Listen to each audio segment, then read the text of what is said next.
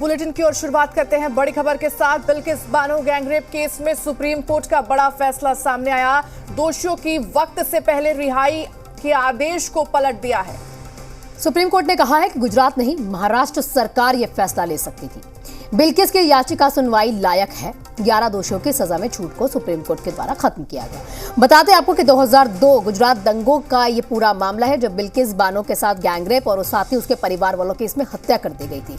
उसके बाद यहां पिछले साल 2022 में, माफ कीजिएगा, यहां पर 2022 में जो है 11 दोषियों को रिहा किया गया। वहां पर जेल से बाहर आने के बाद कैदियों का जो स्वागत है फूल मालाएं पहनाकर किया जाता है।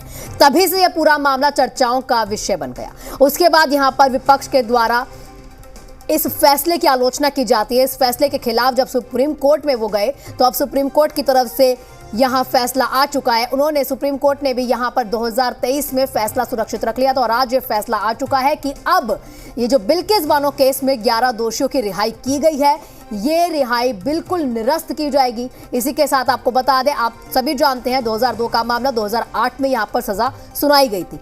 ये जो पूरा केस है ये गुजरात से महाराष्ट्र ट्रांसफर किया गया था, क्योंकि गुजरात में उनको जस्टिस मिल पाए, यानी कि बिल्किस बानो को जस्टिस मिल पाए। इस तरह के बातें उठने लगी कि वहां उन्हें जस्टिस नहीं मिलेगा, तब महाराष्ट्र केस ट्रांसफर हुआ और इसी पर महाराष्ट्र सरकार फैसला ले सकती है। इसी के तहत सुप्रीम कोर्ट ने यह बात अब की है कि महाराष्ट्र सरकार इसमें फैसला ले सकती थी, गुजरात सरकार इसमें फैसला नहीं ले सकती थी।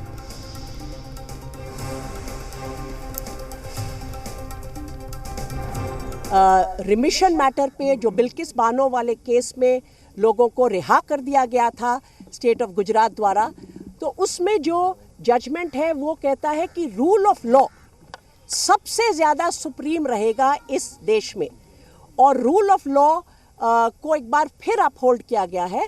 और अदालत ने कहा है रूल ऑफ लॉ सबके लिए सेम है, चाहे आप कोई भी हो, वो आप सब पर बराबर अप्लाई करेगा। मैं तो ये कहूँगी कि इससे एक भरोसा जो हम सब देशवासियों का है रूल ऑफ लॉ पर, उसका एक बार फिर हमारा भरोसा इस पर वापस आता है।